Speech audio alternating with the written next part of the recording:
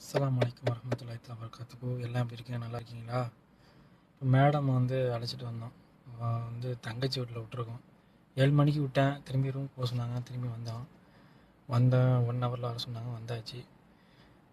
இப்போ மணி பார்த்தீங்கன்னா கரெக்டாக 10 ஆகுது. நிற்கிறோம், இன்னும் வரல. 1 மணி நேரம் ஆயிடுச்சு.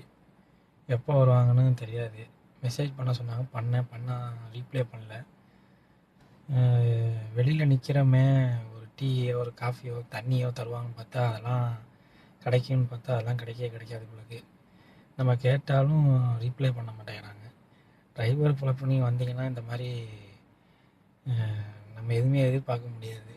தருவாங்கன்னு நம்பிக்கையோடு இருக்காதீங்க. நம்ம வாயை திறந்து கேட்டால் தான் எல்லாமே கிடைக்கும். இதோட கஷ்டம்லாம் இருக்குது நமக்கு. இது கஷ்டம்னு சொல்ல முடியாது. ஒரு டிரைவருக்கு என்ன செய்யணுமோ அதெல்லாம் செய்யணும். அதெல்லாம் இவங்க செய்யவே மாட்டாங்க. நம்ம கேட்டோன்னா மேலேயும் கீழேயும் பார்ப்பாங்க. என்னங்க செய்கிறது?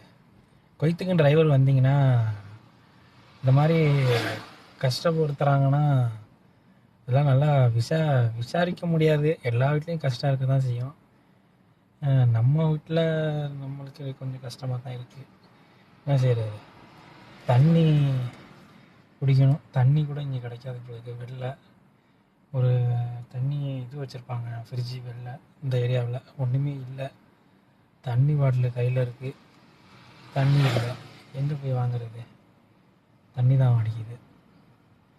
சரிங்க, இன்ஷா அல்லாஹ் பார்க்கலாம். டிரைவர்லாம் வந்தீங்கன்னா இந்த மாதிரி கஷ்டத்தெலாம் பார்க்குற மாதிரி இருக்கும். இன்ஷா அல்லாஹ்